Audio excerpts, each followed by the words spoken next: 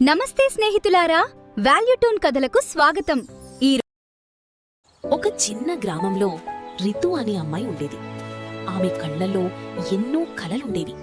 కాని ఆ కలల వెనుక పేదరికమనే నిశ్శబ్దమైన బాధ దాగి ఉండేది. రితు తండ్రి ఒక చిన్న రైతు. పగలు మండే ఎండలో పొలంలో కష్టపడుతూ రాత్రి అలసిపోయినా నవ్వుతూ ఇంటికి వచ్చేవాడు. ఎందుకంటే అతనికి ఒకే ఒక కల, నా కూతురు బాగా చదివి నేను చూడని ప్రపంచాన్ని చూడాలి. రితు చదువులో చాలా తెలివైనది. కాని ఇంటి పరిస్థితులు చూసినప్పుడల్లా మనలాంటి వాళ్ల కలలు నిజంగా నెరవేరుతాయా అనే భయం ఆమెను వెనక్కి లాగేది. ఒకరోజు స్కూల్లో టీచర్ అందరికీ ఒక చిన్న మొక్క ఇచ్చి చెప్పారు, ఈ మొక్కను ప్రేమగా చూసుకున్నవాళ్లు జీవితంలో కూడా తమ కలలను ప్రేమగా కాపాడుకోవడం నేర్చుకుంటారు. అందరూ ఆ మొక్కను ఎంతో జాగ్రత్తగా చూసుకున్నారు. కాని రితు మాత్రం కొన్ని రోజులు చూసి తర్వాత మళ్లీ నిర్లక్ష్యం చేసేది. రోజులు గడిచాయి.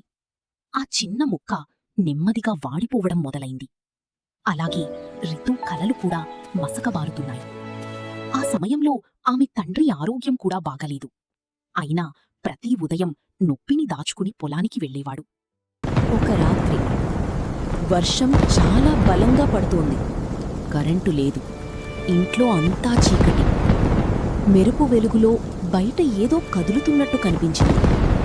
రితు ఒక్కసారిగా నిద్రలేచి బయటికి చూసింది. తన తండ్రి తడుస్తూ చేతిలో టార్చ్ పట్టుకుని గాలివల్ల పడిపోబోతున్న ఆ చిన్న మొక్కను చేతులతో పట్టుకుని నిలబెడుతున్నాడు. మొక్క చుట్టూ మట్టి పోసి వర్షానికి కొట్టుకుపోకుండా కాపాడుతున్నాడు. అది చూసి రితు గుండె ఒక్కసారిగా భారంగా అయింది. ఆమె పరిగెత్తుకుంటూ వెళ్లి అడిగింది, నాన్నా, మీ ఆరోగ్యం బాగోలేదు. ఈ వర్షంలో ఎందుకింత కష్టపడుతున్నారు? ఆ తండ్రి మెల్లగా నవ్వాడు. చిన్న మొక్కలు చాలా బలహీనంగా ఉంటాయమ్మా.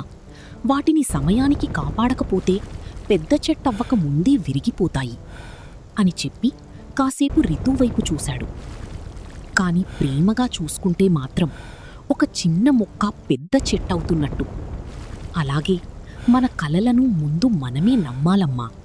వాటికోసం ప్రతిరోజూ చిన్న చిన్న ప్రయత్నాలు చెయ్యాలి. ఎంత కష్టమైన పరిస్థితుల్లో ఉన్నవాళ్లైనా మనస్ఫూర్తిగా అనుకుంటే తప్పకుండా సాధించగలరు. పేదరికం మన ఇంట్లో ఉండొచ్చు, కాని అది మన కలల్లో ఉండకూడదమ్మా. ఆ మాటలు రితు హృదయాన్ని బలంగా తాకాయి. ఆ రాత్రి ఆమెకు నిద్ర రాలేదు. వర్షం శబ్దం మధ్యలో కూడా తండ్రి మాటలే ఆమె చెవుల్లో మార్మోగుతున్నాయి. మన కలలను ముందు మనమే నమ్మాలమ్మా. మరుసటి రోజు ఉదయం సూర్యుడు ఉదయించక ముందే రితు లేచింది. మొదటిసారి తనంతట తానే పుస్తకాలు తెరిచింది. మొక్కకు నీళ్లు పోసింది. తండ్రికి చాయ్ చేసి ఇచ్చింది. ఆ రోజు నుంచి ఆమె జీవితం మారిపోయింది. రోజులు, నెలలు, సంవత్సరాలు గడిచాయి. ఆ చిన్న మొక్క ఒక పెద్ద చెట్టుగా మారింది.